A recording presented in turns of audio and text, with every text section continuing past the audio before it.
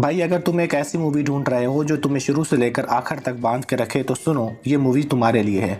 इस मूवी का मुझे 4 साल से इंतज़ार रहा है और आखिर में ये डब में आ चुकी है। कहानी घूमती है एक top secret Indian spy agent के गिर्द। एक ऐसा एजेंट जो मुल्क के लिए वो खतरनाक मिशंस करता है जिनके बारे में कोई सोच भी नहीं सकता।